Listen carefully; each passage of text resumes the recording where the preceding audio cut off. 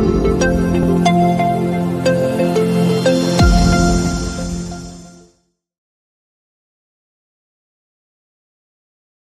Friends, welcome to SPR media work. Kadiri assembly నియోజకవర్గం శ్రీ సత్యసాయి జిల్లా హిందూపూర్ లోక్సభ నియోజకవర్గంలోని 6 అసెంబ్లీ సెగ్మెంట్లలో ఒకటి. ఈ నియోజకవర్గం 1951లో ఏర్పాటైంది. 2019 నాటికి ఈ నియోజకవర్గంలో మొత్తం 2,39,867 మంది ఓటర్లు ఉన్నారు. కదిరి అసెంబ్లీ నియోజకవర్గం విషయానికి వస్తే ఆధ్యాత్మికంగానే కాదు, రాజకీయంగానూ కదిరికి ఎంతో ప్రాధాన్యత ఉంది. ఇది జిల్లాలోనే కీలక పట్టణంగా చెప్పుకోవచ్చు. ఈ నియోజకవర్గం కాంగ్రెస్ పార్టీకి కంచుకోట.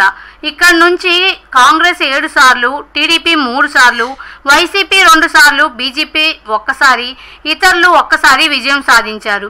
గత అసెంబ్లీ ఎన్నికలలో వైసీపీ అభ్యర్థిగా పోటీ చేసి గెలిచిన డాక్టర్ పెదబల్లి వెంకట సిద్ధారెడ్డి ప్రస్తుతం ఈ నియోజకవర్గం యొక్క సిట్టింగ్ ఎమ్మెల్యే. ఈ క్రమంలో గత ఎన్నికల ఫలితాలని ఒకసారి విశ్లేషిద్దాం.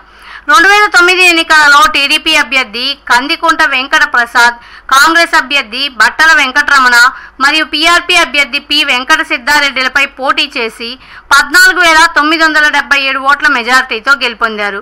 2014 ఎన్నికలలో వైసీపీ అభ్యర్థి అత్తార్ చాంద్ బాషా, టీడీపీ అభ్యర్థి కందికుంట వెంకట ప్రసాద్ పై పోటీ చేసి 968 ఓట్ల మెజార్టీతో గెలుపొందారు. 2019 ఎన్నికలలో వైసీపీ అభ్యర్థి పి వెంకట సిద్ధారెడ్డి, టీడీపీ అభ్యర్థి కందికుంట వెంకట ప్రసాద్ పై పోటీ చేసి 27,243 ఓట్ల మెజార్టీతో గెలుపొందారు. 2024 ఎన్నికలలో వైసీపీ అభ్యర్థి బిఎస్ మక్బూల్ అహ్మద్, టీడీపీ అభ్యర్థి కందికుంట వెంకట ప్రసాద్ మరియు కాంగ్రెస్ అభ్యర్థి కేఎస్ షానవాజ్ల మధ్య పోరు జరగనుంది.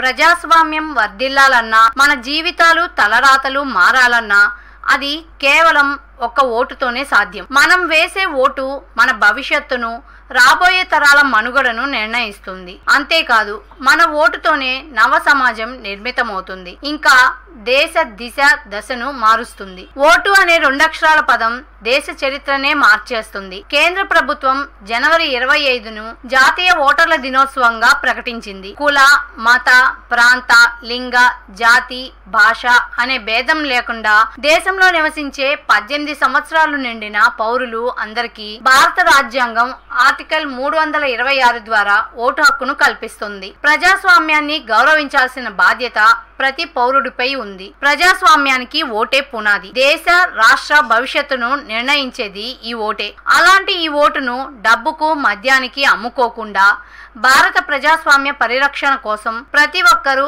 తప్పనిసరిగా తమ ఓటు హక్కు వినియోగించుకోవాలి.